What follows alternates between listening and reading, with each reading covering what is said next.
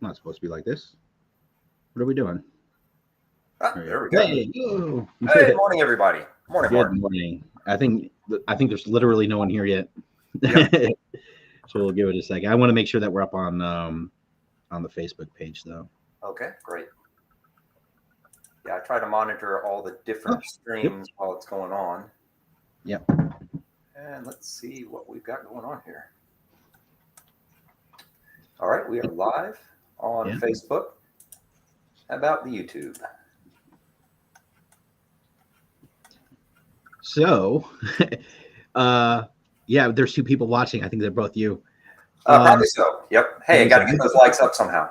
It's a little early. I did a little bit of advertising. I got some stuff out either last week or early this week, and again Thursday, and this morning I sent some stuff out. So, yeah, you know, the original plan for this podcast or YouTube, whatever this is, the plan was to have no kidding live people available, that people in the group who are starting out or troubleshooting, or anyone having trouble getting their stuff to print, has some people they can directly ask questions to and get direct answers from. And I feel like that's never ever happened. That had been the plan though. Yeah, I don't think we've ever pulled that type off yet before. No. You know, and you know, maybe people are embarrassed or afraid to ask for help. But like, if you're watching this later and you're like, oh, I wish I, anytime, man. Like, if we are doing one of these podcasts, if you've got questions, if you're having issues, please ask. Yep, absolutely. I mean, if you know, with questions, someone will always answer. That's one of the good things that I found about this group. So, yeah. And it may not be instant, right? Yeah. Not everybody's 24 hours a day checking this, the group, but you'll get an answer. Yep. Yeah. Sometimes they're snarky, but just ignore those people. Yeah, and it's not as bad as other groups, and that was like a big part of it too. No. Was just like when I was starting out, and like, what did I start with? An Anycubic. You know, you go to the Anycubic page and you ask a basic question, and they just like, you'll get every response but the answer. You know, oh, did you do a search? Like, ugh. And a lot of times you're starting, you don't even know the right question to ask. You don't know how to ask the question. Right. You don't know the language yet. So. Yep. Yeah. All right. So, our buddy Juan is unable to join us this morning. He's got a lot going on, and so I wish the best for him. He's having a rough start to the year. Absolutely. But he did. He's coaching basketball, and he did have a good win a night or two ago. So he said, you know, that's step one on his on the road to state championship. He got the first one. So, and they did good last year too. So we'll see. Oh, very cool. Yeah. Okay. So we didn't have one, and we have a lot of like, it's mostly, I think, my fault. Like, I have trouble getting ahead of the schedule for this. I really want to get some more guests from the group on. I really want to do a show on airbrushing. There's a lot of stuff I want to do, but you know, we all get busy. And we end up picking the day we're going to do this kind of late. And I don't want to do that to a guest and be like, oh, hey, by the way, it's this Saturday. And he's like, but it's Friday night. Like, I'm not going to do that to anyone. So I need things to calm down just a pinch so we can get the show scheduled further in advance so I can start getting some guests back on here. So that is the plan. I try to monitor all the different. Unprofessional. I know it. All right. So it's just Mike and me today, and we figured we can do like a quick, easy something in Fusion 360, and I figured we'll do Mutt's Mac 11. I know a lot of people have been interested in that. So it turned out I was actually bequeathed this vintage Mutt from a friend of mine. And it did come with Junkyard, but I don't think I have any of his actual accessories. But like, he was such a great character in the cartoon. I don't know that he had a whole lot to do in the comics. Like, I don't remember him being real prominent in the comic books, but in the cartoon, he was just like a solid character, you know? He was good, straight up military. I mean, he had a dog, which I think was his And, number. and you know, and maybe the dog was more of a character in the cartoon than he was. Yeah. But yeah. So we've got the classified mutt, and Mike and I were starting to talk about this, and I was like, stop, we got to stop talking about it because we're gonna do this. We should have this conversation live. But just what a great figure! Wow, just fantastic, everything. Yeah, they did an incredibly good job with him. I'm really, I mean, they did a bang up job with him. Lots of good accessories. I saw the stream, and Lenny was talking about like having the different hand gestures for commands for the dog. Like that's just a nice kind of thoughtful inclusion to the piece, right? Like I'm just really happy with it. And then like I think this is really the star of the show, right? Like it's just so good. Yeah, they've been really knocking it out of the park with the animals. Yeah. And I did notice. I gotta move some stuff around. Yikes. Here, and I've got my timber here. Yeah, but I noticed this is the pose from the original card back. Oh yeah, yep, very true. So let's head over to 3djoes.com real quick. And thank you, Carson. So 3djoes.com, we can kind of see everything he came with. But yeah, see the that's the pose, man, on the card back there. Yep. So yeah, all right. Well, and it's been a long time since I looked at that card back, and no offense to the original painter, but that is not a Rottweiler. I don't know what that dog is. It's a good chance it was made to look like the original sculpt. Yeah, right? It was probably painted to look like this. Yeah, they probably cut the ears off of it for tooling and other. Yeah. It probably was a Doberman to start with, and then they were like, ears are too hard in the mold. Let's make it a Rottweiler. Right, and then he was like, and then when he went to the cartoon, he was definitely a Rottweiler with the brown and black and everything. So people have been talking. I've seen it online in a couple groups. They're trying to get a lot of them trying to get Mac 10s for the to go with the mutt, and it's not a Mac 10, it's a Mac 11. And it kind of, I don't know if you can see my cursor, but right there on the file card in the middle, Mutt is a natural with animals. He likes them, blah, blah, blah. Special Ops School, and as advised such Security Enforcement Committee, qualified expert, M16, M14, M19, 11A1, auto pistol, and Mac 11. Like it's on his file card, Mac 11. So the question then, what's a Mac 11, right? So let's come over here.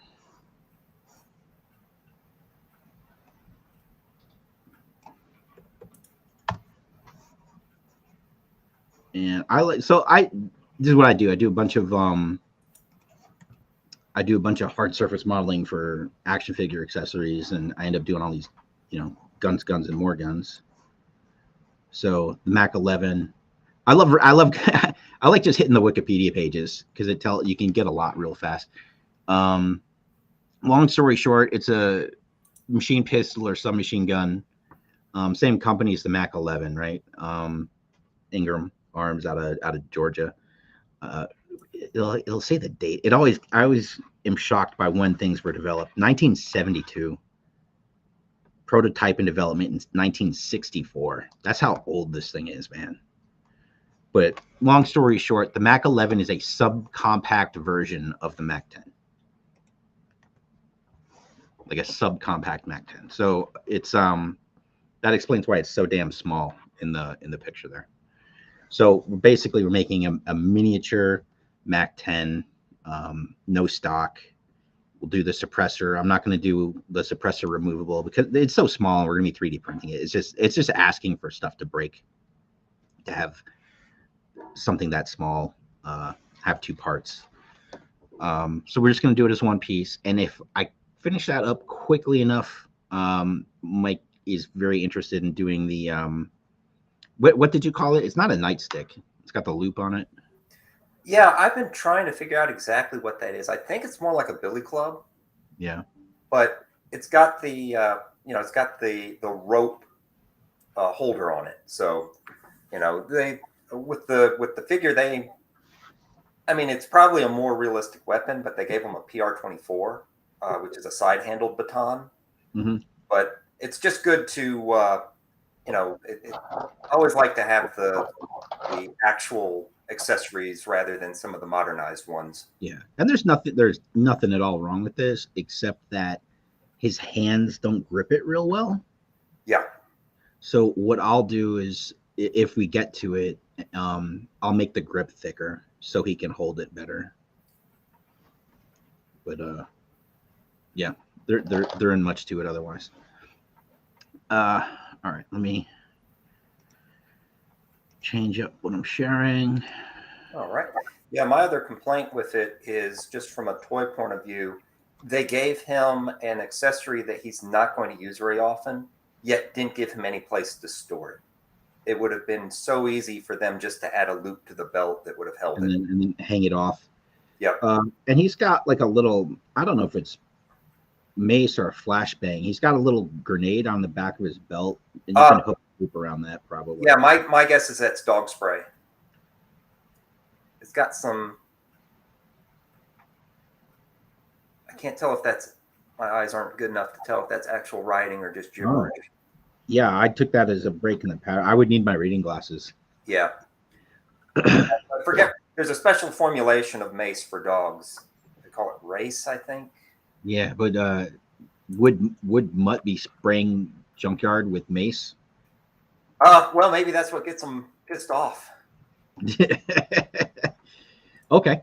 Hey, he's technically the dog handler, so I guess they call him for good dogs and bad dogs.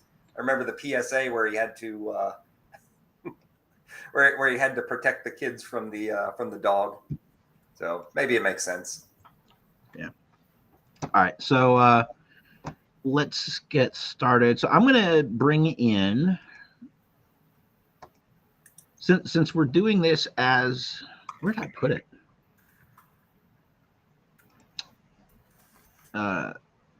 We're doing this to kind of fill the gap, if you will, of the original I'm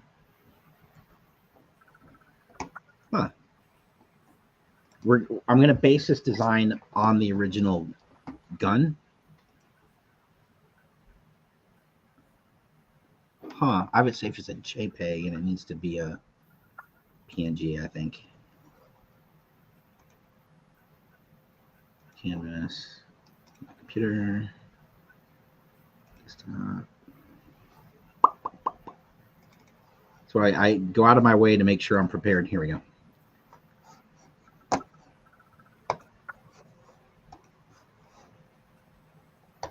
Okay, so I just brought this this image in as to use as a canvas. It's not you can see it's a little, it's obviously it was tiny, it was soft plastic, it was 40 years ago, so it's a little gummy looking, but we'll tighten it up. That's no big deal. Just gonna do a little edit canvas. It's fairly straight. I'm gonna give it a little. Yeah, I hate when things are wonky like that. Anyway, so for anybody who's looking to do this kind of stuff, if there's one thing I recommend, it's you get one of these. Just get yourself some calipers and a little micrometer, and this is a absolute lifesaver. And basically, the way I do weapons, because everything's so customized, there's so many variations of everything that even if you got like the factory specs on exactly how long a weapon is, it doesn't mean the one you're referencing is going to be that length. So there's no real great way, consistent way to perfectly scale everything the first time. But what I do is I start with the grip, and I'll measure, like how wide should a grip be, how thick should a grip be, and I had a standard for a while. Yeah, about 3.75 wide by about 5.25 long. So we're just going to do a calibrate on this grip here, and I'm going to make that 5.25, and that's going to put us in the ballpark for where we want this thing to be. And I would never ever say like it's good, this is the size, period.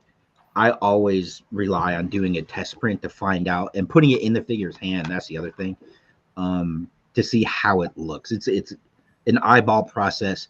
We're not making guns that shoot. We're not, there's no functionality. The sole purpose for this is aesthetic. It's to look good in the action figure's hands. So rely on that. Maybe you got to print something twice. Oh well. Cool. Have you taken a look at the chat at all? I haven't. Yeah. Yeah. No. We've got a couple people that have said hi. We've got one bot that showed up, so we're in the big times now. 0. Yeah. Yeah. With the restream showing any spectators? Oh, like 7. 7? Okay. 5 of them are probably me, so that's cool. Cool. Most people watch us later, which is fine. Yep. All right. One thing I do like to do, whether it's for 3D printing or manufacturing, and there is a big difference between designing for the two things, but I like to get my barrel right on the center line here. So we're going to start there. Just create a circle.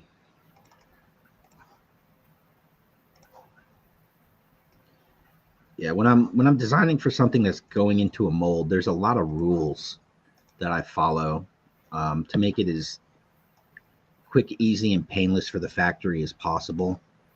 And a lot of it has to do with designing a left side and a right side. Reason being, I'm going to have to bevel everything like a 1 degree bevel so that it pulls from the mold easily. And if you design kind of down the middle and try and go back and add that bevel after, you're asking for a lot of trouble. But since we are only 3D printing this, there's a lot of stuff I don't have to worry about, which is fantastic. I like doing quick and easy. Just going to round these 2 edges. And I think we're going to give 2 little. Now I missed that. Did you do a bezel or a full or a chamfer or a fillet? Fillet. Fillet. Okay. Do you know what the difference is between the two? I tend to use chamfer.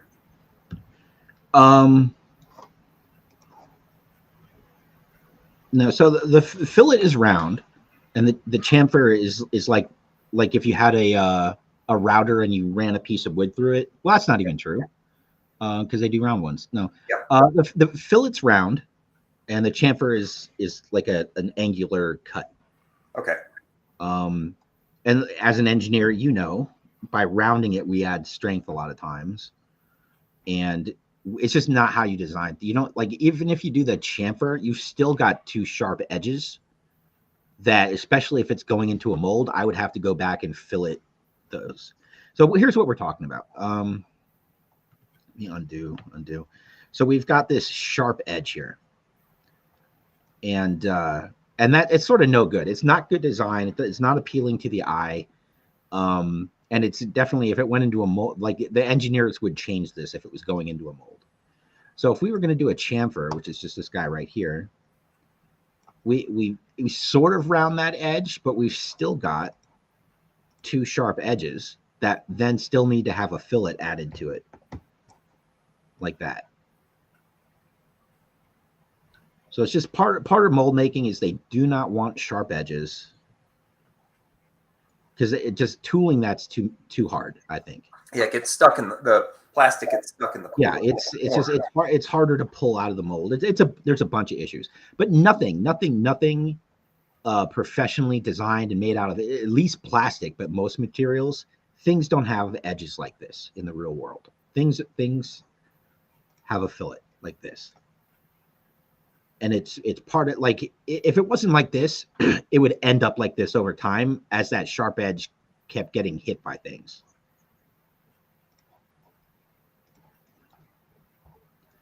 So let me go back and put that back on. And then kind of it's a little extreme on the original toy, so I'm gonna probably just leave it like that. Now on the original toy, you can see there's a nub here poking out from the suppressor, and that's so that you don't just have this big flat surface as the front of the gun. They put that little nub there to indicate like that's where the barrel hole should be, and it's just I do that sometimes on scopes where the truth is the lens is recessed back into the scope so that it's protected by this cowl, but sometimes we'll design like that concave piece of glass at the front of the lens for the toy just so it reads lens instead of being like a flat thing. It's not even going to be flat. Sometimes it's going to have that bevel down the middle. And rather than having a flat kind of angle down the middle, we, create like a faux lens sticking out. And it's just because it's a toy and we want it to look good. But again, so the front of the suppressor, we're not going to have the nub sticking out. We'll actually make a hole for a muzzle flash. And what's great about, and this is part of why I like putting this thing right on the center line. When you go to create a sketch, you can select that surface. And because it's already a circle, it'll snap to the center. But if I have this thing like a millimeter up or down or just close to the center line, it's going to want to snap to this. What is this? The YX axis right here. It'll want to snap to that more than it'll want to snap to the center. So by aligning everything, it's only got one place to snap to, and that's it. And then the muzzle flashes that are kind of out there right now is it's a 1.4 millimeter hole. I'm 3D printing this with resin, and it's going to close up on us a bit. So I'm going to do 1.5. Yeah, we'll do 1.5, and I'll kind of see how it goes. And then just extrude that back in -5 mil, and that's it. So we've got a hole for a muzzle flash on our suppressor.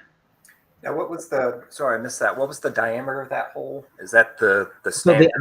So the standard that I've seen, and I think this is true for Action Force and G.I. Joe Classified, it's a 1.4 millimeter kind of tube of plastic. That piece on the muzzle flash that plugs in is about 1.4 mil. It's real close to that.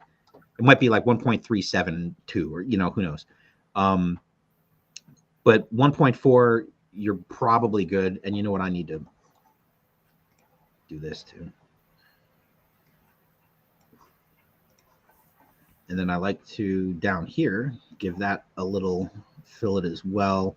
And that just makes it a little, in my mind, it's easier for the machine to print when it's got those rounded edges like that. It's probably complete fiction. I probably invented that in my brain. So Fusion did this to me this week. There was an update, and let me go back. So when you go to draw a shape, create something, you start with create sketch, and then it wants you to select the plane. I do that, and then the menu changes up top. And there used to be a rectangle up here, and that was my go-to thing. And I was just never a big hotkey person in Fusion, and I don't know why I haven't picked it up, but like I can't even make the rectangle come up here anymore. It used to be like you can come down here and there would be 3 dots to the right, and like the line, I can click on that, pin to toolbar, pin to shortcuts, blah blah blah. I can do that stuff. The rectangle I can't. It doesn't give me an option anywhere. All I can do is hit R. That's it. So thanks, Fusion. You're a douche. Yeah. That's actually huge. We're gonna go 0.5, so half a mil. And here's a trick if you're trying to copy a sketch. You don't want to just have to redraw it again. You draw your sketch, hit escape, double click on it, right click. Can you see all these commands, these windows that pop up? Yes, I can see them. Okay, and then you can create a copy of the sketch and move it. Hit OK, finish sketch. Once your sketch is finished, if I double click on that and right click and hit move copy, create a copy is grayed out. Like I can't even hit it. I don't know if you can. Yeah, you can see it. See, I can't do a copy now. You have to do the copy before you finish the sketch.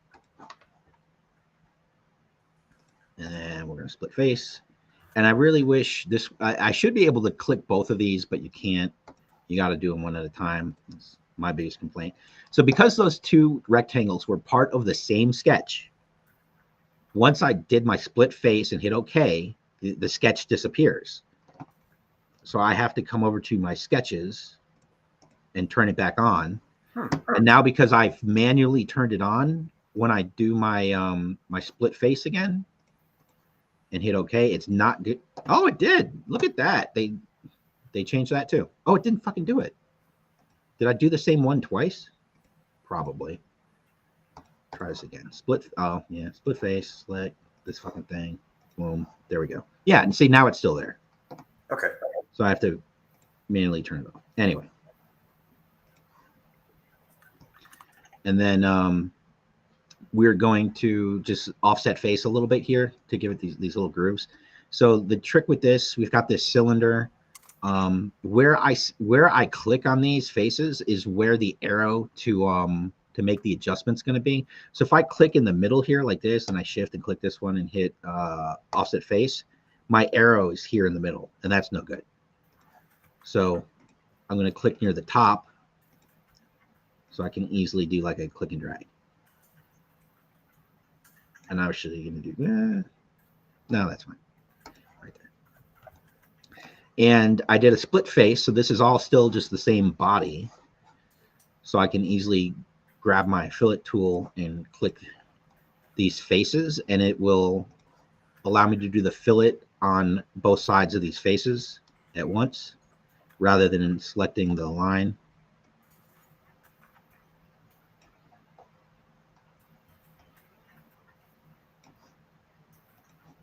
So, boom, suppressor's done. That was easy. Pfft, I can do this all day. All right, so we're on to the Mac 11 proper. And again, I was saying before, like normally I would do this as a half, meaning I'm going to draw this thing out. And then when I go and do my extrude, I would just do half like that. And then that way it would allow me to come in and do a draft, and I can, God dang it, draft. I can grab that, do my 1 degree, and then I can go do that on all the sides. And but none of that's necessary because we're 3D printing. Sorry if you're trying to follow along at home.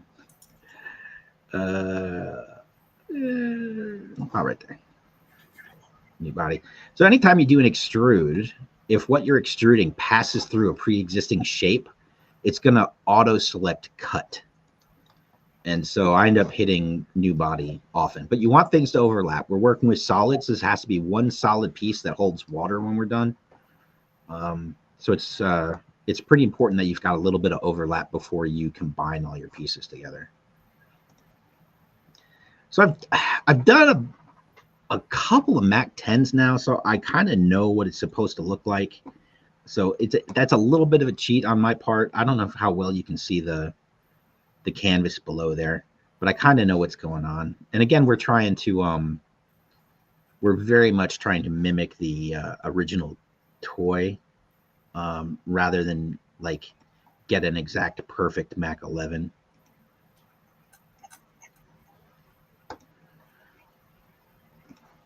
face.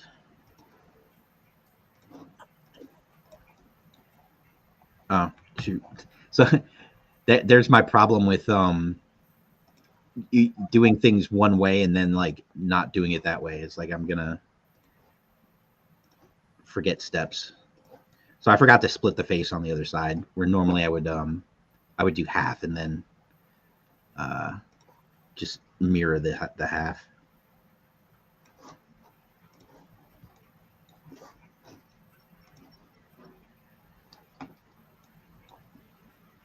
So there's a couple things here. You can see like there's that circle here, right here, and there's another one over here. And that's from the mold. That's where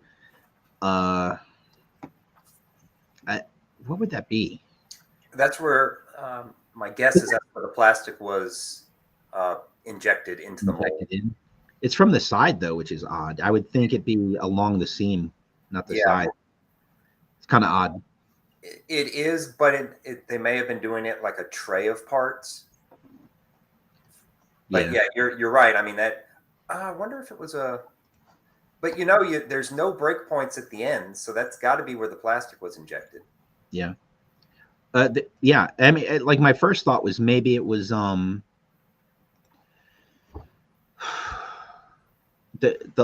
don't know the technical term for this, but they'll put little nubs on stuff so that air can kind of escape from the mold proper. You know what I mean? Yes. I should learn what that's called. Yep. So there's this detail along the edge. It's like a rib that's punched into the sheet metal. I'm going to do that as a new body because I'm going to use it multiple times.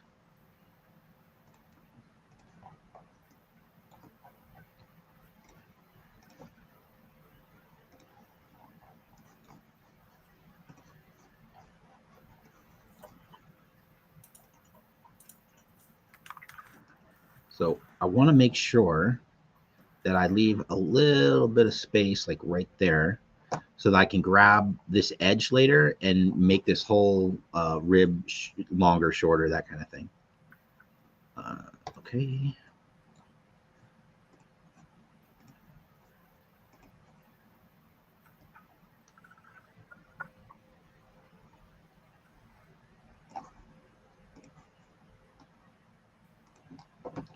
Another part of my argument for why you should round the edges, like if you think about these guns that were designed back in the 50s and 60s, they weren't molding this stuff out of plastic. This was sheet metal that got machined. It got bent and cut and welded. And when you bend metal at 90 degrees, you don't get a razor sharp edge.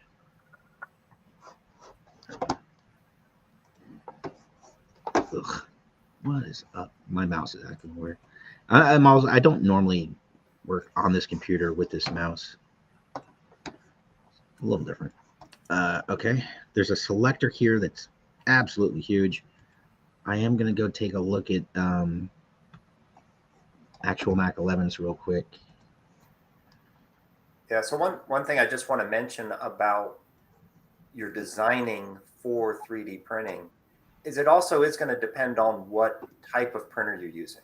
Like if your nice resin is going to give you nice rounded edges. It can replicate whatever you make in the model. If you're using FDM, then when you put it in your slicer, rounded edges, it's going to do the best approximation that it can. And sometimes it gets really funky. So when I design, because I'm designing only for FDM because I don't do resin printing yet, I try to avoid a lot of really rounded edges just because I know what's going to happen in the slicer.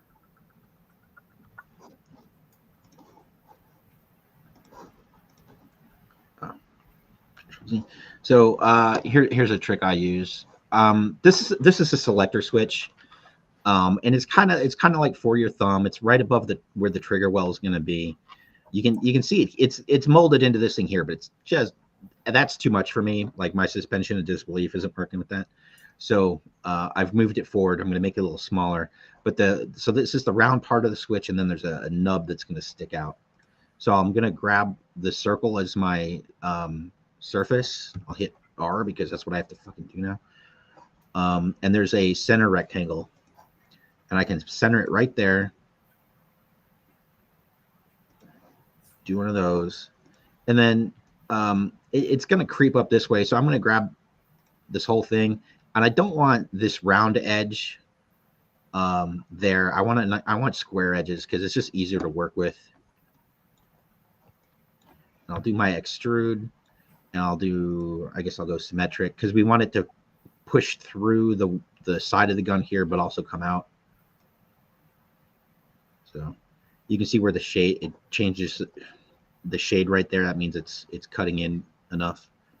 New body, okay. And the whole reason I did it this way is because it is lined up with the center of this circle, no question. It is exactly where it needs to be, and now I can easily manipulate what's left.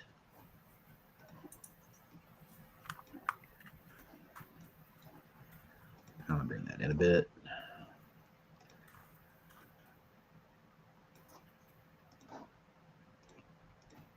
Oh, here's the thing that messed me up for a long time. I would go to grab these edges, right? So I can do my my fillet, and I'll like shift and grab. See how I lost it? I'm holding down shift, but I misclicked or something and it lost the edge. If you just hit that, you no longer have to like hold down shift. It's gonna just grab everything nice and easy.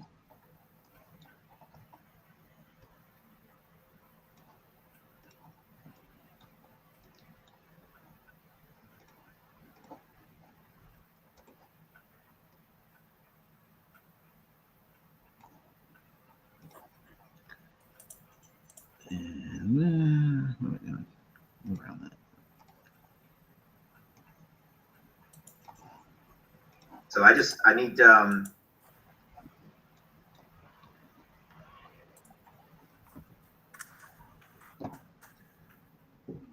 say what now? Oh, that was the I'm trying to respond back to the text, and every time I touch the window that has it streaming in Facebook, it decides to play. So lovely. New body. Okay. That seems awfully big too. I'm trying to find it. Actual no shit Mac 11 I can look at. Okay.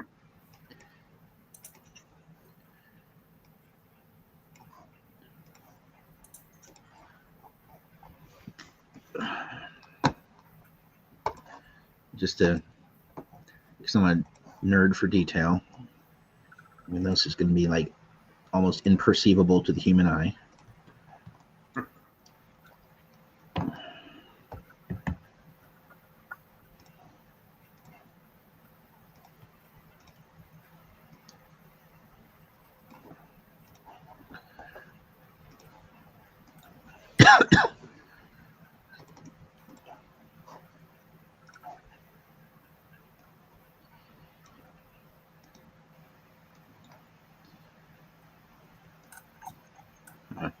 So here's the thing that's been troubling me since I first decided we were going to do this. Like, I have no problem fixing the grip. Those original grips had to be very simple shapes so that those hands could hold it. So like, I am going to make this grip more like a Mac 10, Mac 11. No big deal.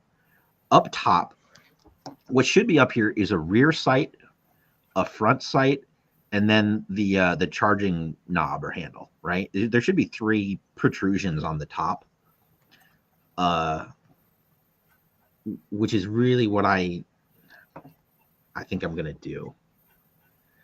As much as I want to keep it like the original toy, like my suspension of disbelief just isn't what it used to be. Yeah, I think that's fair. What the hell, man. All right, create sky. Yeah, I'm looking at a picture of it now. So what I failed to do was separate the top face when I made that. So by selecting the surface where this cut was, I'm able to snap to these points. So I can split the face like right where I want and not near what I want, because that always causes troubles later on.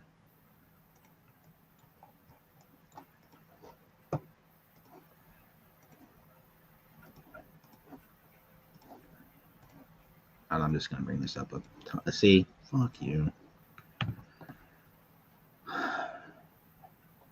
All right, so here we'll learn about the timeline. That's what we'll do. All right, so where I cut that, and of course the freaking oh cool, I can move it. Restream has an overlay so that I know I'm streaming, and it's right on top of my timeline. So that's not doing it. That's not doing it. Here we go. So that's my offset face. That's my split face. So I'm gonna delete that feature. That's gonna bring that back flush. And then there it is. So there's my split face. So I'm gonna delete that feature, and that's gonna undo the split. Maybe. Sketch. Did it? Yeah, it's still split, but that's okay. I just need that sketch.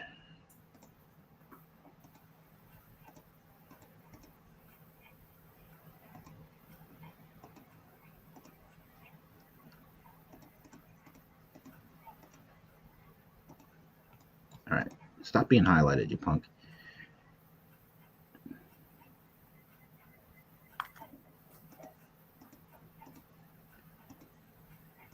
This would piss me off.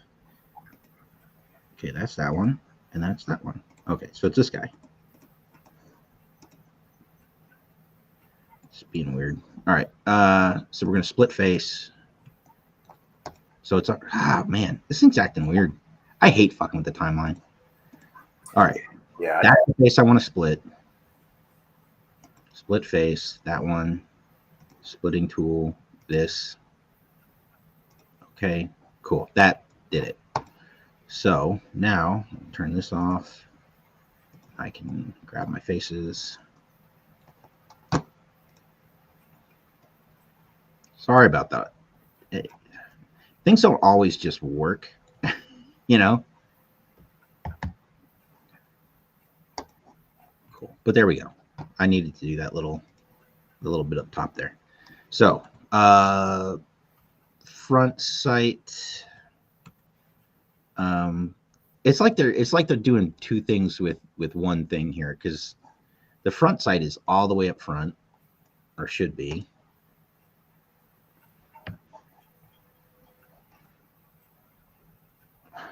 What the hell?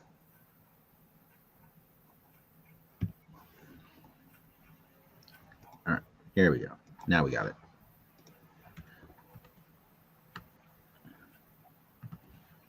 And since I don't have to worry about undercuts, I can kind of do this closer to what it should actually look like, which is nice.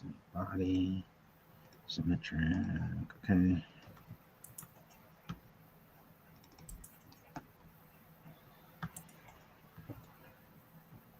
I'm kind of jumping back and forth between Fusion and a picture. That's why I'm kind of snapping around.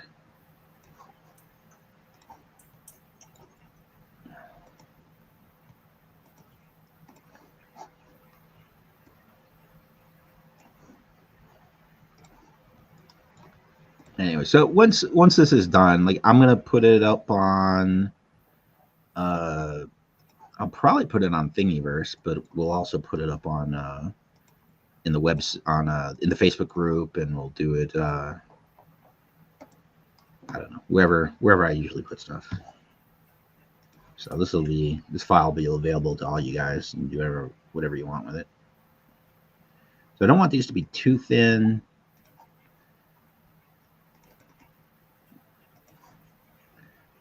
think that's an acceptable width.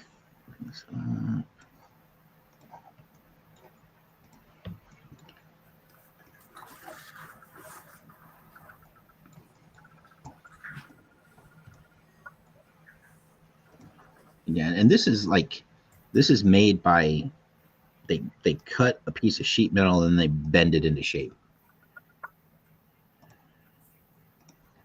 So we're gonna have lots of rounded edges.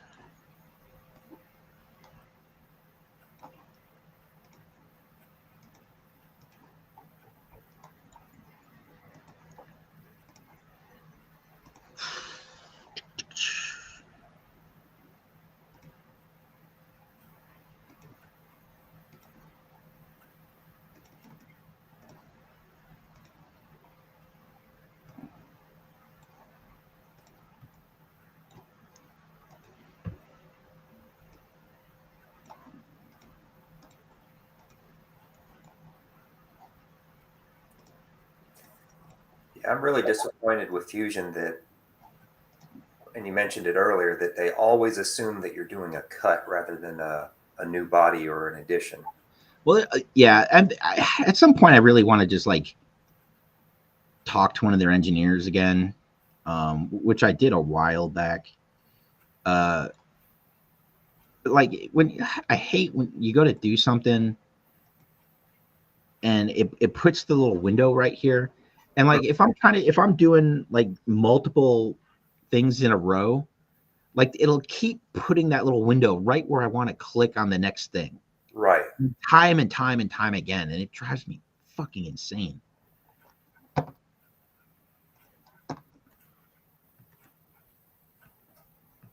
Yeah, the sad thing is they probably have adjustments for anything that you want to do. It's just finding it or finding the person like how to do it. I've spent a little bit of time trying to figure out how to tweak it just for me, and I have been unsuccessful. Yeah. Well, the problem too is once you get it tweaked, once you've gone through the settings and figured out exactly how you want it to have it done, in about 3 weeks they'll do an update and it'll go back to defaults. Yeah. So I did this little detail here. This might be too much. Just because of this, the size we're talking about. This might have been a mistake. It should be okay. And that's why I made that whole little. See how it just wants to put that fucking thing in my way. Yeah. All right. So that's a more appropriate front sight. We'll do the charging handle. There's part of me that wishes I could not that I could, but that I should, like this handle, and it's just a little knob, but it's got this like knurling on it. Mm-hmm. And zoomed in looking at it, like it'll look okay. It won't. It's not going to print okay. It's going to be just unnoticeable. Right. Because you're talking hundreds of a millimeter differences in the surface width, and it's just not enough. Yeah, and then I think that the Uzis have this too, where they've got that charging handle on top, and then they have like a groove. God damn it. Like a groove cut through the charging handle so that you can still use the sight. It's just like I don't know. It's like they got to that point and we're like, oops, we put the charging handle right in line with the sight. What do we do? Oh, just cut a piece of the charging handle out so you can still see through it.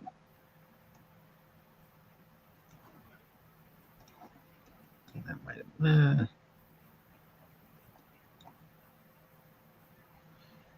Realistically, that's probably correct. I'm gonna draft that in a little bit though. Fuck you. I hate when I click on something and it like doesn't register that I clicked it. 5 degrees.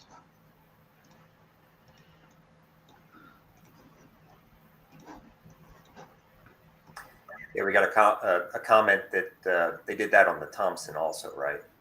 I think that might be right. Yeah. Yeah, the hole through the charging handle.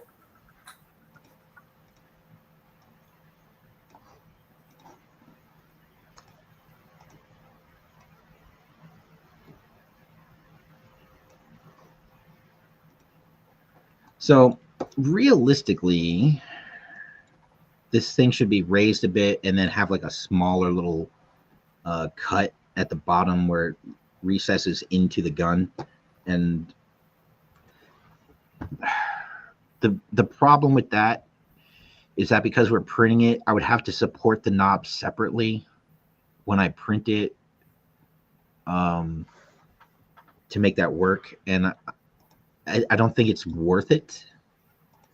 But what I will do is the groove along the top, the handle slides back on.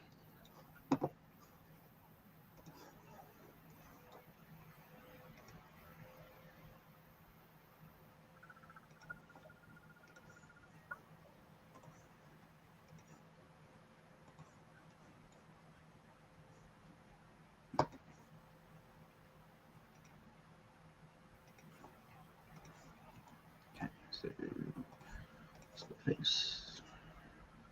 Scanner.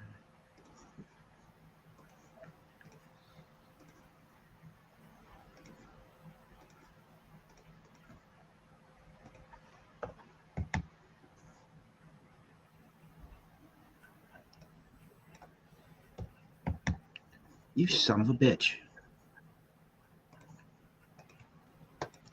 I have not had this many. What the fuck? Did hit 0.02.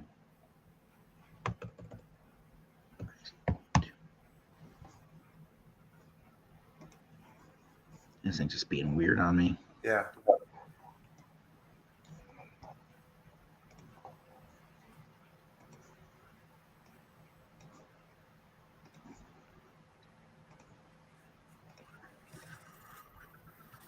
See, that's weird. Like, there. See how it.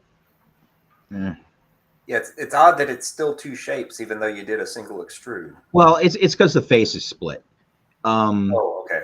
Yeah, it's because I did a split face and then moved the faces. Had I grabbed it all and extruded down, it would be one thing. Okay. This is I didn't do it that way because that would have cut into the thing here. I would have to have extruded it down as a new body and then merged it with the other thing to subtract it from just the thing I wanted. If that makes sense. So this is it's just two different faces. It's not as appealing to the eye, but it's not hurting anything this way. It was the quicker way to get to the result I wanted.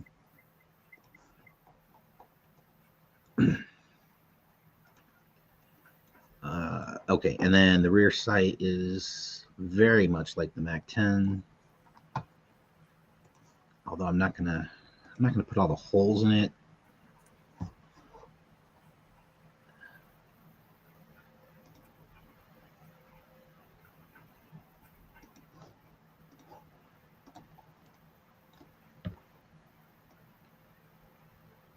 And I'm gonna do this and then just mirror it.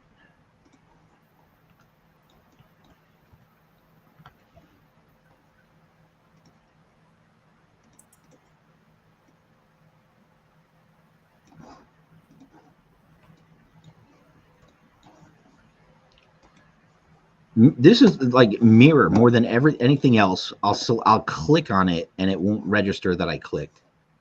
No, son of a mirror object. Boom.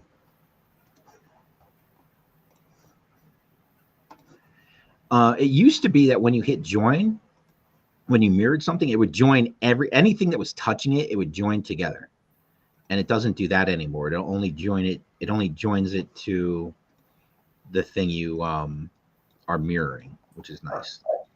Interesting. Yeah, there's been a bunch of, like, you seriously, like within the last 2 weeks, lots of little fucking changes. Interesting. Yeah, I haven't been in for a couple of weeks, so I'll get to relearn it all over again. Right.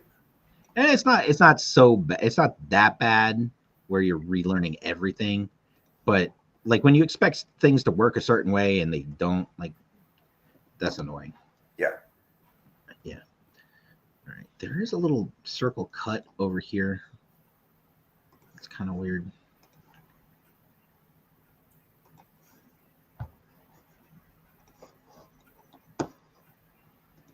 And like with the circle, I use the 2 point circle by far the most. Like rarely do I use the center point circle.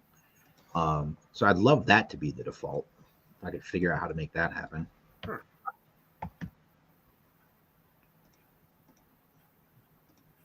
And I'm doing that as a new body, so I can mirror it to the other side.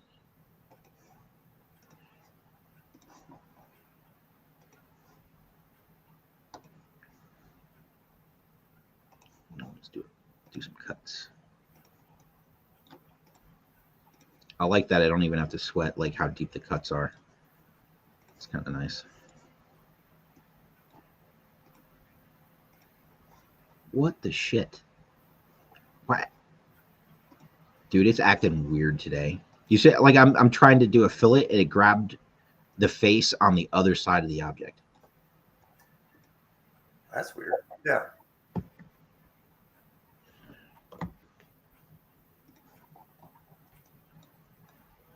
Okay, so that's kind of it for that. I should probably round all this crap before it gets too late.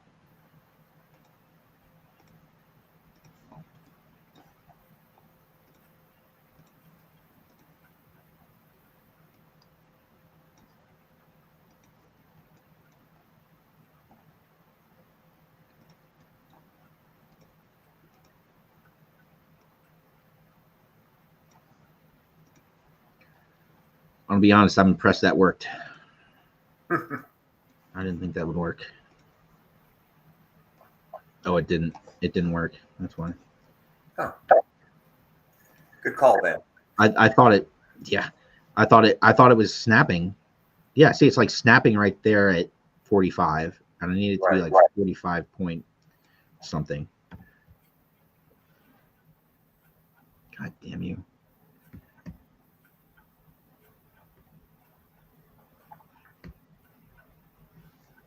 I think there's no fucking way to actually Get it to line up. So that's 45.9, and it looks. Yeah. I mean, what?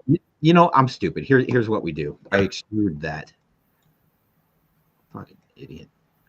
Yeah. So for anybody that's not familiar with Fusion, Mark is using a very good technique here called cussing at it, and believe it or not, cussing at it actually works. Oh yeah, it Yeah. helps you get. It helps you get there, for Yeah. sure. Yeah, definitely. It's part of the feature set of Fusion that sometimes it just won't work unless you're yelling and screaming at it. So Yeah. I think we've all done it.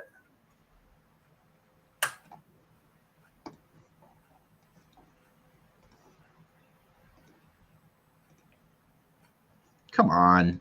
Swear to God. I do know what I'm doing. I'm a professional. You know?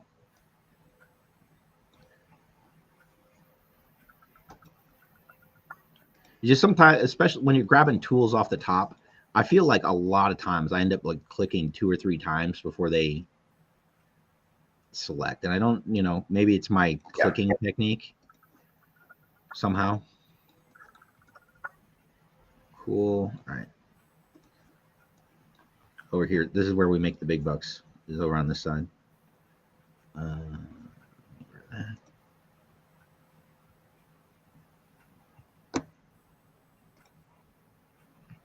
Cool. So this is one of the places where the Mac 11 differs from the Mac 10 pretty good. Is right here where the Mac 10 there's a big chunk up here taken out for where the like shells would be ejected from. But on the Mac 11, it's kind of like right here.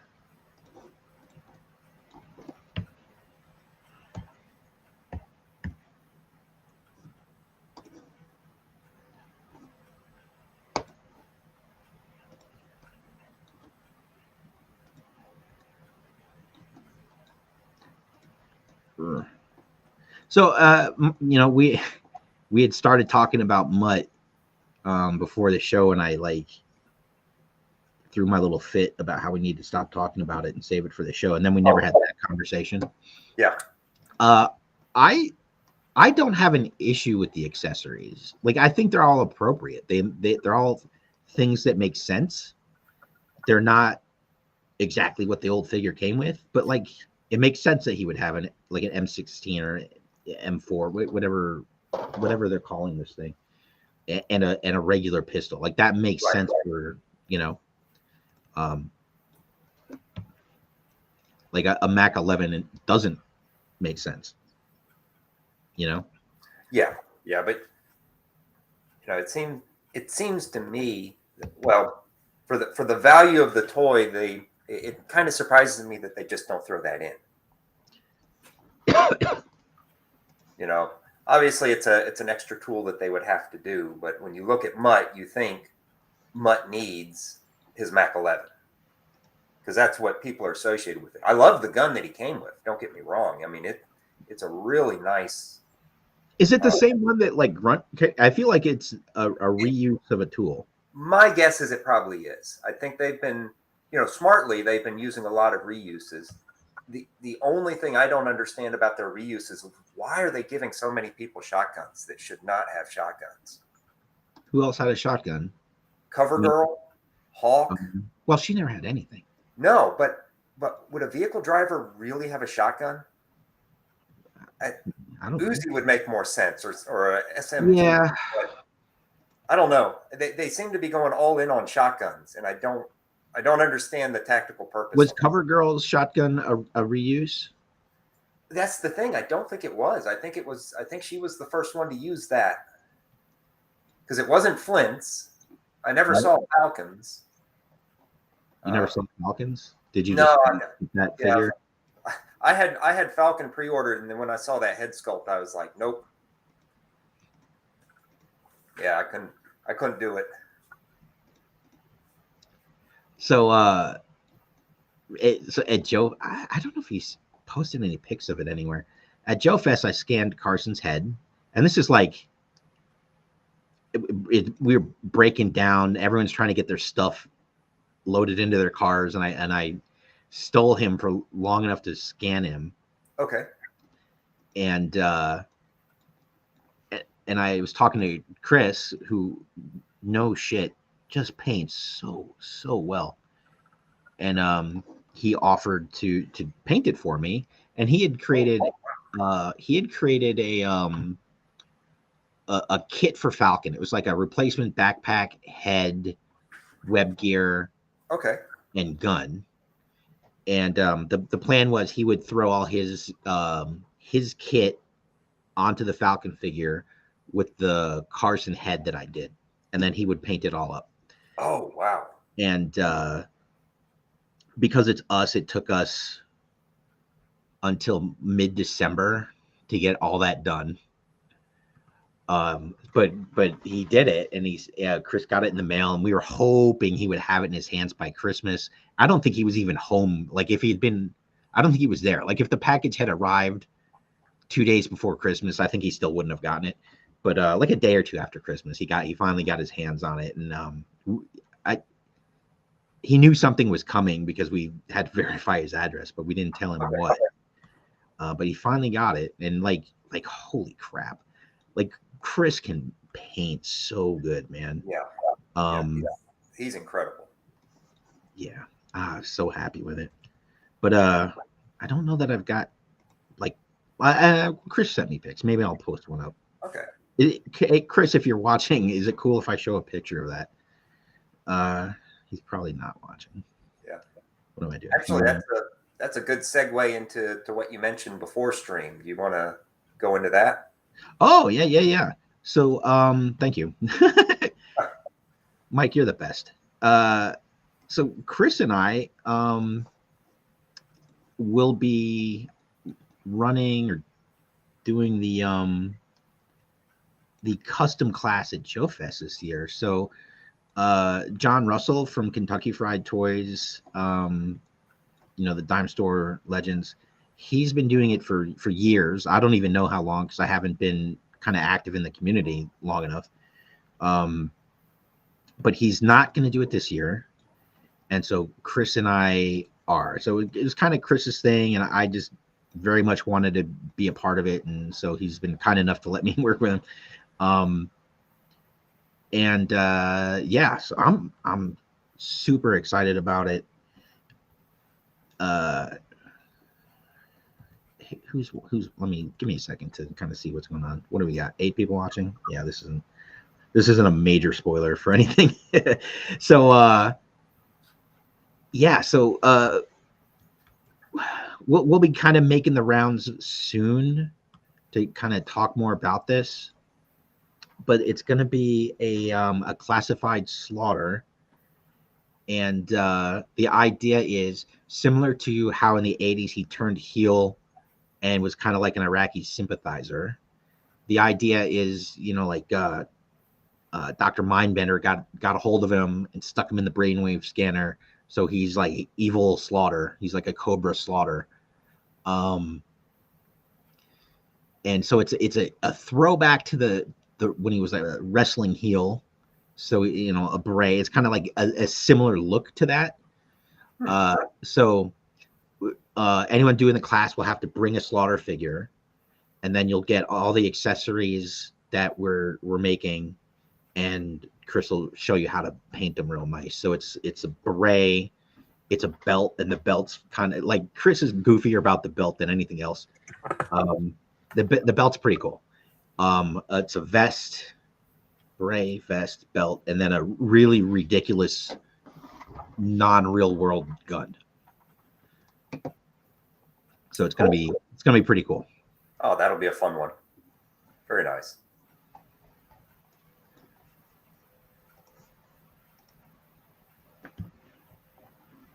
All right. So the grip on these are kind of weird. There aren't too many grips like this. So it's now the big question will be, is Slaughter okay with that? Because he's supposed to be at Joe Fest. He's gonna be there. We're absolutely gonna give him one. Like that is 1,000,000% the plan is to bring him one. Yeah. And give it to him. I just wonder. I wonder if he's if he'd rather forget that period of his career. I don't know why. Like he was kind of at the top of wrestling at that time. Like he was. Yeah. That was a big deal then. That was a big thing. And it's not. He wasn't really. Like it was a character. Oh yeah. Thing, yeah. So yeah. I don't think. I don't think it's going to be an issue. But and we're not like producing a Slaughter. You're bringing the action figure that already exists, right? To put some different accessories on it. Give them a kit. Okay, cool. It's kind of weird to eyeball this.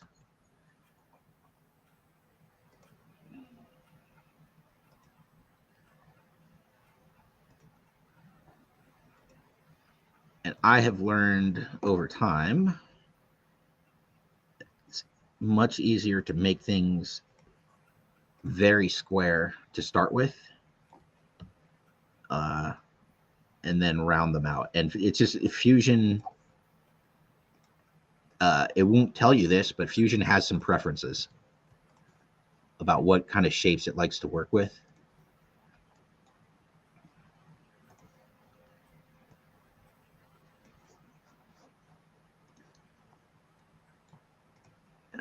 There we go.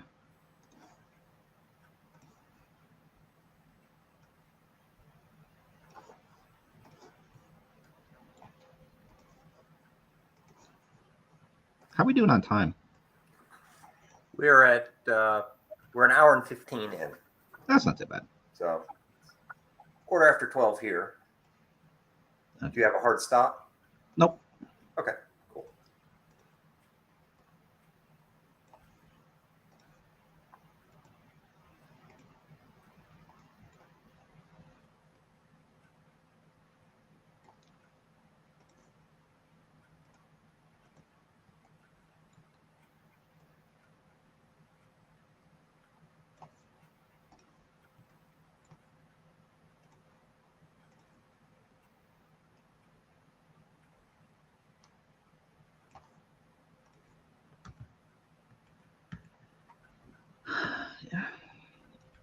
Oh, so this is actually something interesting. We were talking about the accessories for Mutt. Off to the side, I was taking a look as I was looking for his accessories. It turns out there was a later version of 3 3/4 Mutt that they released that did come with the PR24. So that's it, they didn't make it up. He historically has had one, but it was one of those weird GI Joes from about maybe about the early 2000s. The Direct to when spy Hasbro was troops selling them direct. and Yeah. yeah. So I don't really, in my canon, I don't really count them, but it is interesting that that version of Mutt had the PR24. I don't know if PR24 is the correct military term for a club like that, but that is the police term for it.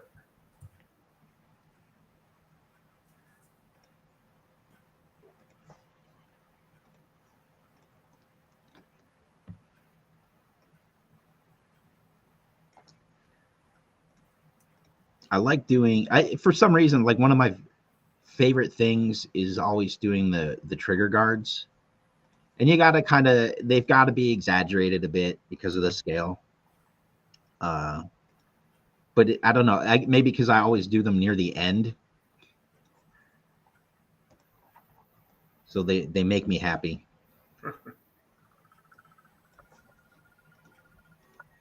Oh, yeah. God damn it.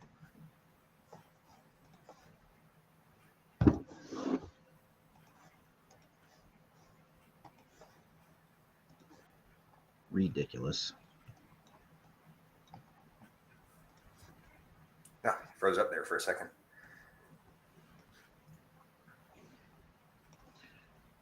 Just for poops and giggles, I'm gonna hit the measure tool up here and see how. God damn it! Really? 0.842.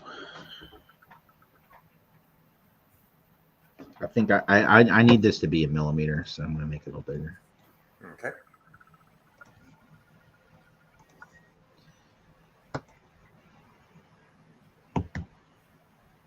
Mm.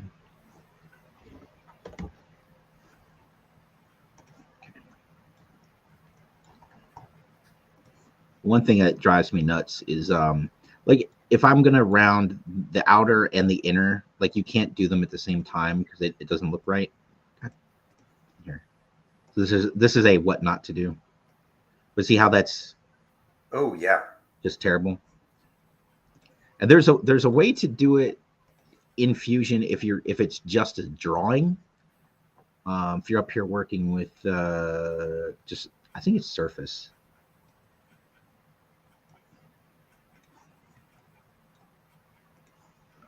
But so like one of the things Fusion is good for is setting up like CNC machines.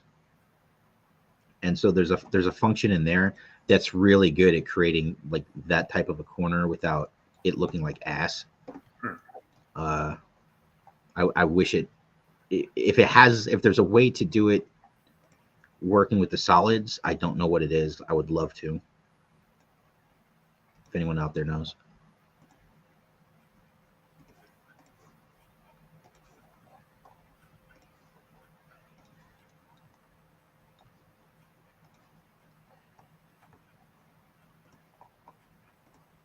So triggers, I have mixed feelings about. Like it, you can't have it. I can't do a trigger. Well, I could. I could do a trigger out here, all tiny, and just kind of like floating on its own. I could technically do this and get away with it. There's a good chance that when you put it in your figure's hand, the finger will snap it off. So they really need to be supported better than what's here. So I always kind of just default back to kind of how they were, if they were done at all, how they were done with the original toys, which is to kind of just push them back up against the grip, so that it's just like a piece off of that.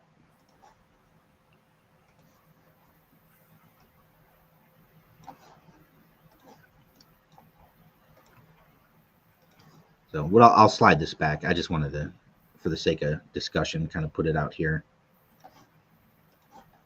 Did I do half of that or all of it?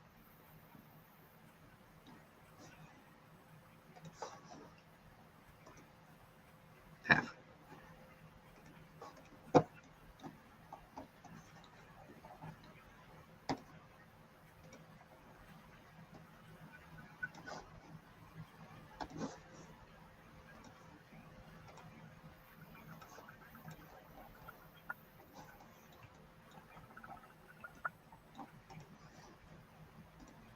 Right. So like I can design it, I can print it.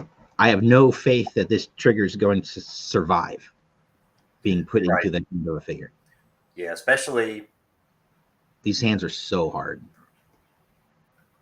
Yeah, especially with the fingers, the way the fingers are molded. That's just getting it into position will usually break it off. Yeah. So that's about as much as I want. And then this gap here, I'm actually going to kind of fill that in.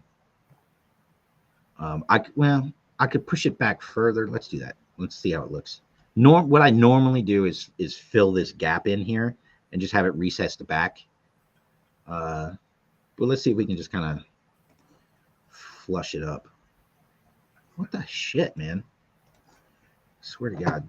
I've never had this many issues with click foolery, if you will.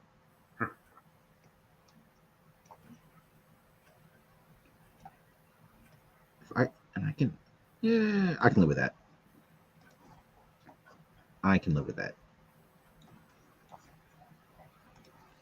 And I think all we got left is magazine, which isn't huge. Yep. Yeah, I guess that's a good question. How much ammo do you want to give him? Because he seemed to be a very short magazine in the toy, but you know, from pictures that I've seen, that they tend to be much more extended mags. Yeah. So the Mac 11 that we're doing, it shoots like a 0.30. Let me go back to the Wikipedia, because it shoots an odd round. It's a small round. 0.38 ACP. So it's a small round. So I guess there's more in the magazine because it's just a smaller round. Yeah. But also you're going to want to shoot more of it to kill the thing you're shooting at. Right. Dogs are fast, and I mean, he is a dog handler, so guess what he's shooting? That's all he's allowed to shoot. That's his specialty.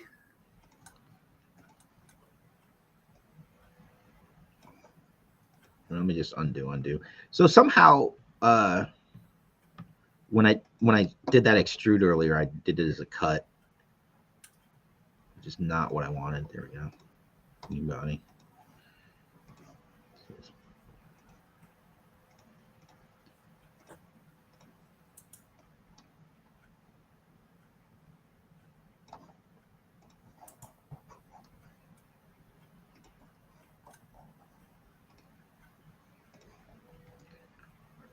I need this, need that.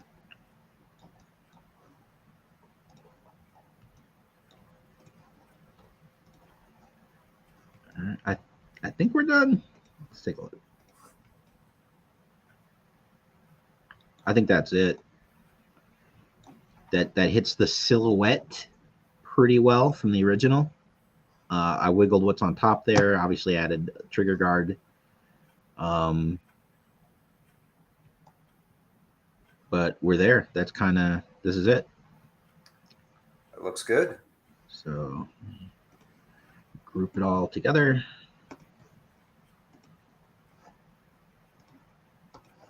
See if there's anything I still need to round up. I think we're good. So did your sides? Say again. So I'm looking at the your volume kind of got a little wonky on me. Yeah, looks good. Now is the selector on both sides of the Mac 11? I didn't put it there just now, but I believe it is. Okay. I can. We can do a fix. Hold on.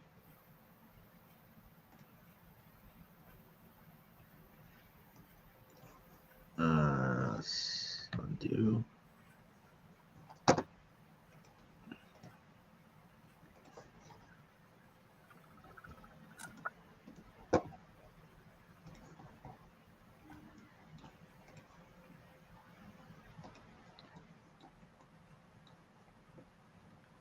Anything else?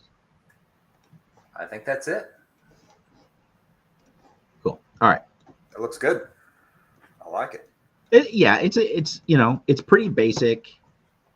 So this wasn't a real challenging piece. I had more issues just making my mouse actually click on the things I was clicking than anything else. Cool. All right, so that's our Mac 11, and you want to go and do the thing. Yeah. I'm not even Billy Club. I don't know if you're having trouble hearing me, but for some reason you're. Yeah, it's kind of breaking in, and it's coming in and out on my end. Okay. So the one thing I do want to verify is, like I was saying, he's really only got one holding hand for his right hand. The rest of them it's gestures and closed fists and stuff like that. So this is the hand that this needs to fit in, and it's got that knobby end that once you push that kind of through, it's a little, where is it? It's a little wonky, but he can hold it. Yeah. So I'm gonna thicken that up, maybe a mil. So I just want to make sure I have a good measurement. This is about 3 1/4 mil. So I think, yeah, at 4 1/4, 4 1/3, I think it'll be just snug enough that I'm a little more comfortable with it. So let's head back to Fusion. All right. And I'll just create a new design. Actually, you know what? I haven't saved this yet. I'm going to do that because I don't feel like ever redoing this. Change that. Project. Let's call it what?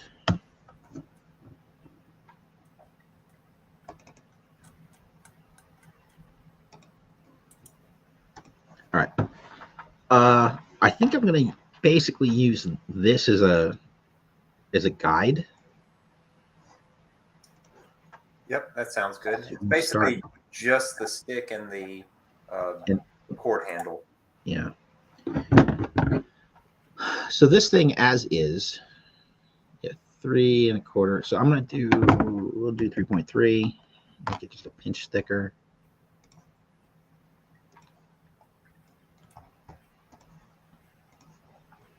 And looking at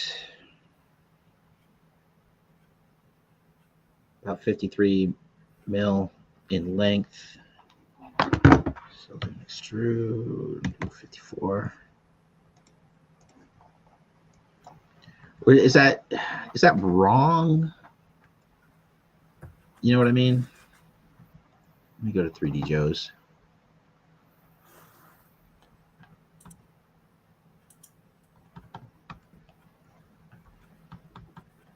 There we go. Yeah, it's much shorter. It is more like a billy club.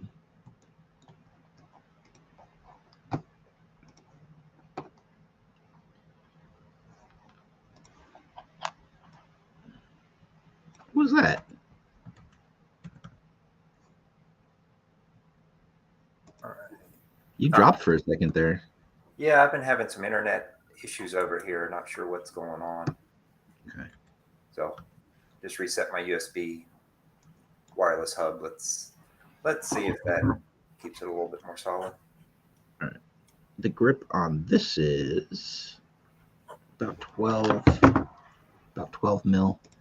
So the way I can measure that is just creating a rectangle down here. 12, boom. And then I can split face.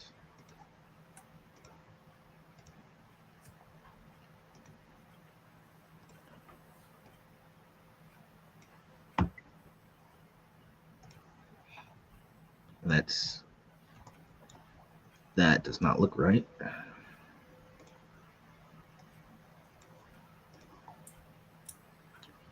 I'm gonna bring that sketch back.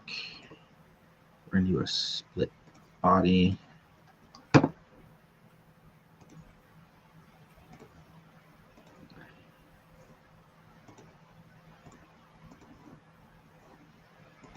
I'm gonna give this a draft so it's not that much. Just a little thicker at the top. Yep.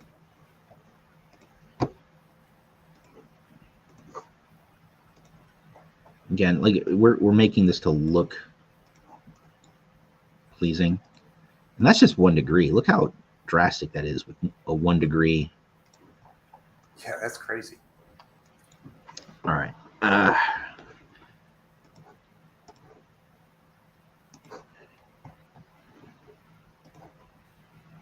Come on. Jesus. I'm going to do 1.5. So we're going to just put some ribbing along the grip, the handle. Yep, that'll work.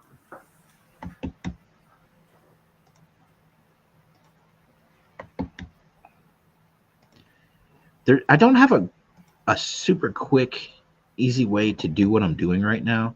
I suppose I could make one piece and then, yeah, that's the right way to do it. I mean, and do it as a pattern along. Yeah.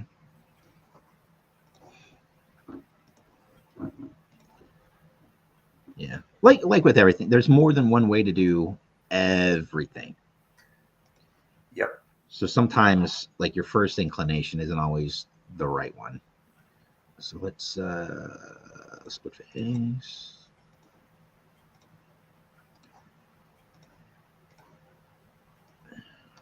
In quite a bit. And I guess I can just, is that a separate piece? No, of course not. Why would I have done that properly? All right. So I know I want this to be 1.5. So 1.5 mil will be each little groovy rib. Do a split body.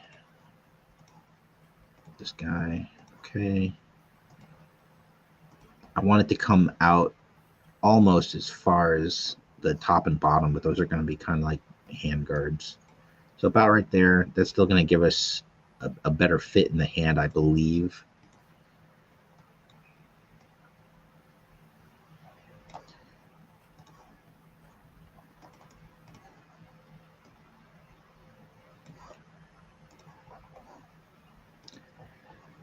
I need a line I can use as a guide. The edge of this, these are all cylinders, so I can't grab the edges to use. But I'm going to do create pattern on a path. I grab the thing I want. Here's the path I want to use. I just drag it down. And I want, everything needs to overlap a little. So see how this, we've got an overlap here? That's what I'm talking about. That's what I need. So right there is good. And I should, come on.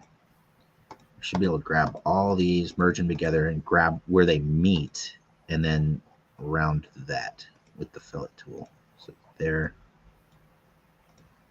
And this may tell me to fuck off too. It may not want to do this, in which case I'll create another cylinder on the inside that's just a little thicker. Oh, nice. Cool. So, excellent. Boom. And then I just need to round this nonsense. but not as much as that stuff. It needs to stand out and look separate. What do you think of this, Mike? Looks good. I kind of don't love that. Yeah, but I mean, to be honest, the toy wasn't that much different. Yeah, like the toy is like that. It's just shorter. Yeah. I could thicken up the base of the club so it blends in a little bit more, or fillet it. Yeah. Kind of fill it out, and then that way it looks like it's. Well, the other option is I can get rid of the top. I think it's just still like its own piece. Yeah. If I undo the rounding on the top, I can change the thing that's actually bothering me, which is the angle.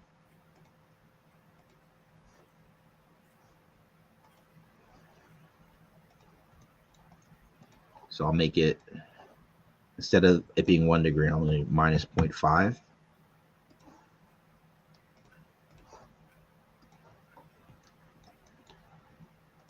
Make it.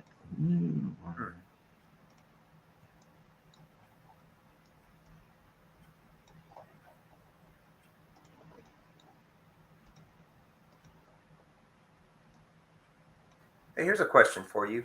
How do you get rid of the fillet? This doesn't always work. The longer you're working on a project and the more things get merged and cut and separated, like the more confused the timeline gets. Yeah. But because this is real simple and basic and the timeline's real short right now, the timeline is this thing down at the bottom. Yep. I just clicked on where it's round, and you can see I think you can see it on my timeline here. There's these 3 bars above one of the features on the timeline. Okay. And it just so happens like that's the action, the feature that I used to do the fillet. Okay. So if I right click on it and hit delete or even edit feature, I can edit the feature and come back and mess with it. Well, see that. What I did was delete it. Yeah, and that's why I asked, because editing never works for me, because I can go in and I can edit if I have an existing fillet, I can edit the fillet, but I can't actually get rid of it. If I try to take it to fillet 0, it errors out on me. So I can make it really, really small and make it disappear. But I've never had luck getting rid of a fillet once I've put it in, other than stepping back through the timeline and just deleting it. But like if the timeline was failing, which happens because sometimes so many other related actions have happened before or after that one feature on the timeline, that if you delete it, you cause all these errors. You can corrupt the whole fucking file. It's when it works, it's fantastic. When it doesn't work, it sucks. But what you could also do is just delete the whole, just create a box around it and like extrude, do a cut, get rid of it, and then just start over. Okay. All right. So this is going to be the trickier part, is the lanyard. Right. So what I think I'm going to do. It's going to be so tricky. All right.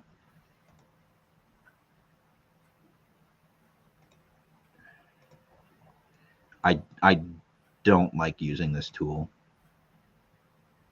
Was that the spline tool? What is it called? The Fit Point spline. Yeah. Yeah, it's a pretty wonky tool. Yeah, it like Fusion doesn't like this tool, which is why I don't like this tool.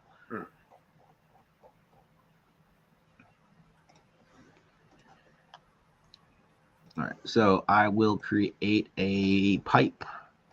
I'll make it a square. I'll make it a new body. Okay, and we will do a mirror. This hunk of shit.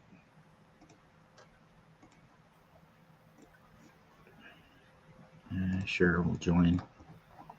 And of course, fucking left a gap because it's a bastard. Like, why? No fucking reason for this shit.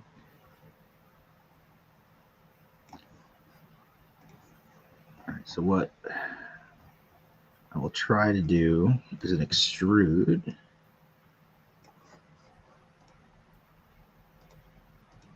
And that's not, that could be worse. All right, that's not so bad. And then just to make it more lanyard-ish, I guess, we'll make it kind of wider this way.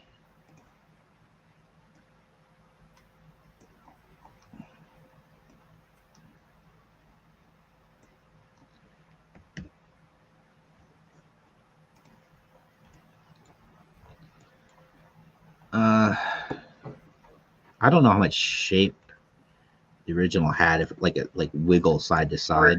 Yeah, pretty much none. It was just pretty straight. Yeah. Right. Yeah, it was a. I mean, it was a very kind of thrown together piece.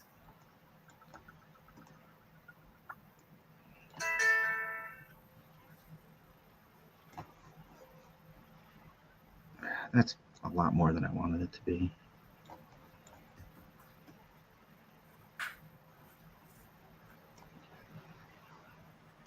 Make this wider.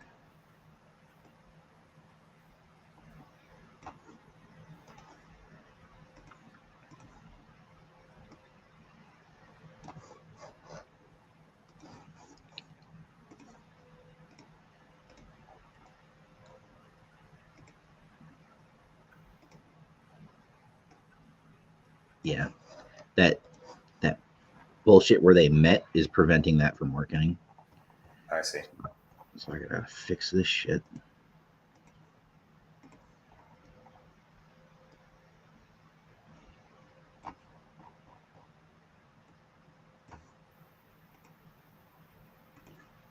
Should be good now, though. Yeah, should be fine.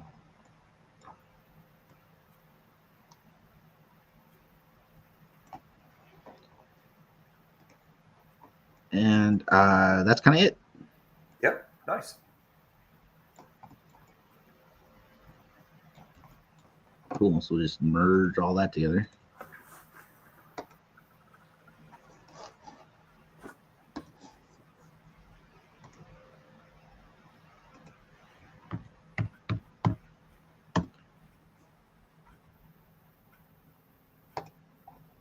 Ta-da. And I will print these out and see how they fit. And then once I'm comfortable that they fit in the hand well, they look right on the figure, we'll put the files that go out. We'll put them up on the G.I. Joe 3D printing Facebook group. I'll put them up on Thingiverse. Put them out on the Patreon for those folks that don't like to go to the other places. Okay. But yeah, so that was pretty good. So like we've done a couple of these design streams, and I always end up like picking something too ambitious, and it takes just way too long. So it was nice to do something kind of simple. Yeah, so and practical a reasonable amount of time.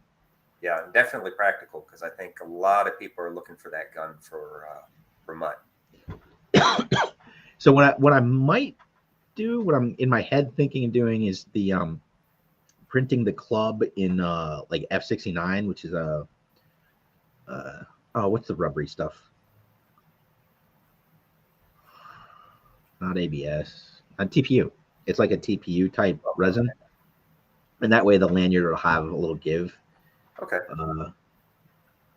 If I was feeling ultra saucy, I would take the club into I'd export it as an STL and then import it into ZBrush, and then I could it's going to be too small to really have any kind of like leather texture on it, but I could definitely give it a more organic kind of flow, just so I'm not sure how it's going to look once we print it, if it's going to look too stiff and rigid.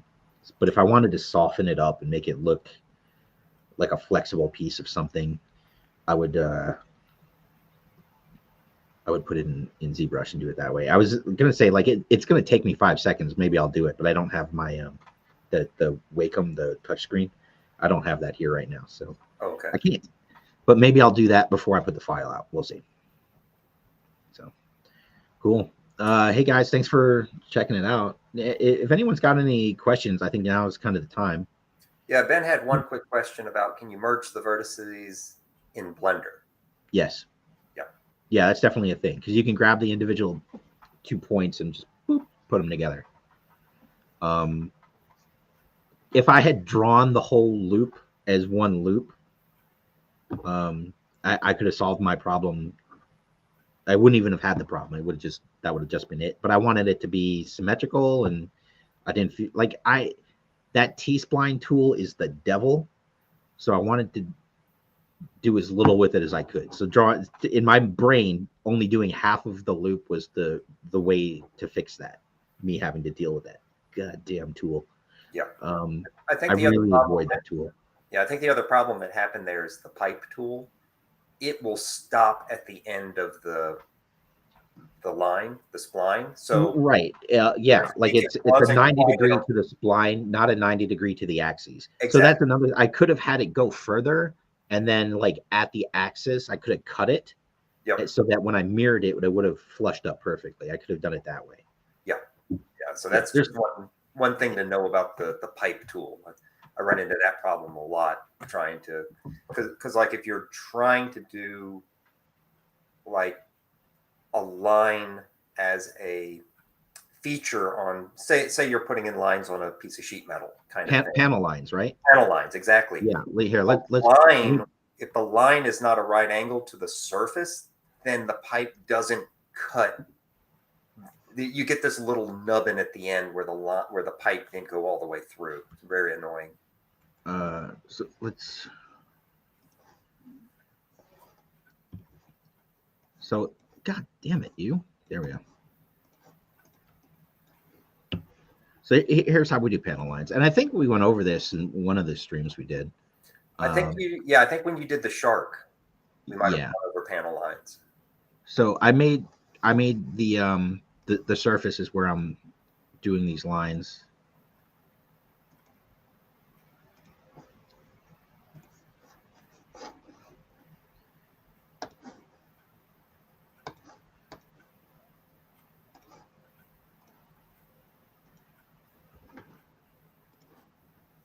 All right.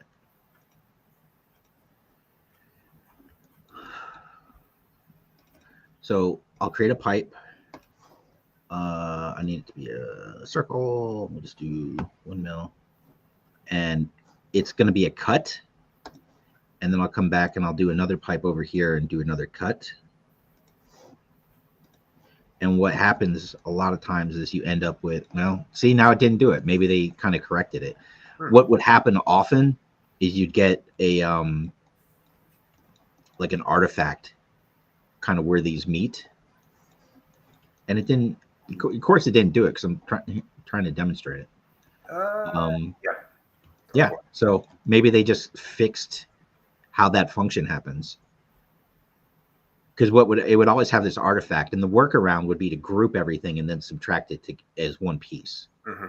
Was the workaround, the fix. But it does not seem to be a problem now. So that's cool. Yeah. Oh. This went really fast for me. Yeah.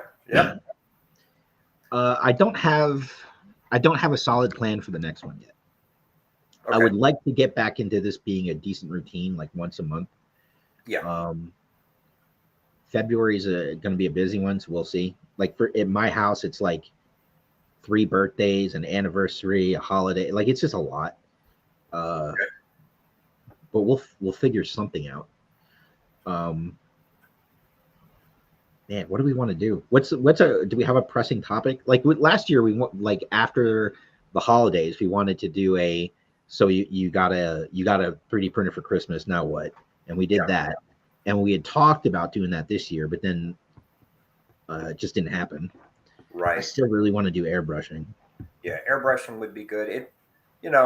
It's been a while since we've done a picking your first printer. And the market has changed out there. It might be worth doing a refresh of that. It's true. There's some new machines doing awesome stuff. I Oh, know. we want to do a costuming one too. Oh, We that's wanted right. to get some Larger 501st scale. folks to talk about their costumes. Yes. Yeah, I think we had a couple people from the finest that are lined up that want to do that. Yeah. Yeah. So That would be a good one too, because that's a whole different scale. That's when you're oh yeah. talking about stuff that large, it gets into a whole different set of rules of what you want to build, not waste material and that kind of stuff. So yeah, Yeah. that would be a good one. So well, that's 3. Yep. So we gotta we'll get some guests lined up and get the stuff planned so we can Yep. actually get into it. Yeah, we've got and then we've got Joe Fest coming up, so we'll probably want to do a pre-Joe Fest show like we've done in the past. Yeah. As far as I know, we're going to do the panel again this year. Okay, We great. got to do a 3D printing panel, which was pretty successful. I figured something between like 2 and 5 people would show up to that panel, and like we packed it, like the room was full. It was good. Yeah, it was a very good panel. Yeah. Yeah, and like 5 minutes in, people weren't getting up and leaving because it was lame. Like everyone stayed put and asked questions. I really enjoyed it. It was great. Yep. So we need to do an update to it. I don't know what that means or what it looks like yet. But I'm not going to just do the same presentation as last year. Right. That said, we will be soliciting for pictures from the group probably April-ish. Okay. And when we do that, I really want to try and push like like people sent these pics and their prints are fantastic, but their pictures were hit and miss, right? Mm-hmm. I don't want to see your, if you take the picture on your dining room table, your kids shouldn't be eating macaroni and cheese at the time. Yeah. In most cases, taking a good picture can be as easy as just going outside. So you've got the sunlight, which is way better than like in your basement probably. And a big part of it is making sure you've got room on all sides of the subject within the photo so that we can crop it and make it work for the presentation we do. If you take the photo and like you've got a figure posed next to the thing and their head's already getting chopped off and the back end of the thing's already chopped off, like I can't do anything with the photo. So sometimes they end up being just useless because of the composition. So when the time comes, I'll have some detailed instructions on how to take the photo in such a way that it's usable for us. Yeah. You know what? You're almost describing what should be another podcast of. Is it? Do we do a toy photography episode? I don't done one yet, have we? We definitely have not done a photography episode. Yeah, I think that would be good, especially if we could find someone in the group that is known for photography. And I don't know if I know there's a lot on Instagram that are really good at toy photography, but I don't know if they're part of our group. It's worth reaching out. I don't know him, but they're shooting the Galaxy. There's there's a couple of dudes that are like legit professional toy photographers at this point. And might be worth just trying to reach out to those guys and see if they want to talk about that. Yeah. We'll see. But yeah, I mean, it'd be helpful. Like I would say I'm above average in my ability to take pictures, but I'm not a professional by any stretch of the imagination. So I certainly wouldn't mind getting some tips. Yeah, and maybe for what we're doing, just the basics is good enough. How to start with how to do photography. And even just like, because most people are going to be using their phone and they're going to get up close. And because your phone is effectively a pinhole camera, it's going to distort the shit out of what you're taking. So if you've got a guy holding a gun, it's going to do that kind of stuff. It's going to have this like really bad perspective warping. So some good tips on how to avoid that would be great. Yeah, Ninja wouldn't be too bad. Yeah.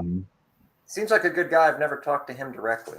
Have Yeah, you- I talked to him briefly at Joe Fest last year. Nice Okay. enough dude, and yeah, I think he does take his picks are on point. So yeah, Okay. yeah, we'll figure it out. We'll reach out to a couple of people, and what I like is when we're looking for one guest, but you can't put all your eggs in one basket. So you reach out to a couple, and then if multiple people say yes, then we can get like 2 or 3 guys, and then we can watch them like have a high level discussion, and we can just Nice. sit back Yep. and be like, this is cool. Just learn. Sit back and Yeah. learn. Yeah, that'd be cool. Yeah. All right, we're almost at 2 hours. I am going to call it. Okay. Thanks for checking it out, guys. I will have this file probably, if nothing's wrong with it, probably Monday at the latest. The file will be up in a couple places for you guys to download. So Excellent. easy peasy. Cool. Very cool. All right, guys. Have a great rest of your weekend. Yep. Later.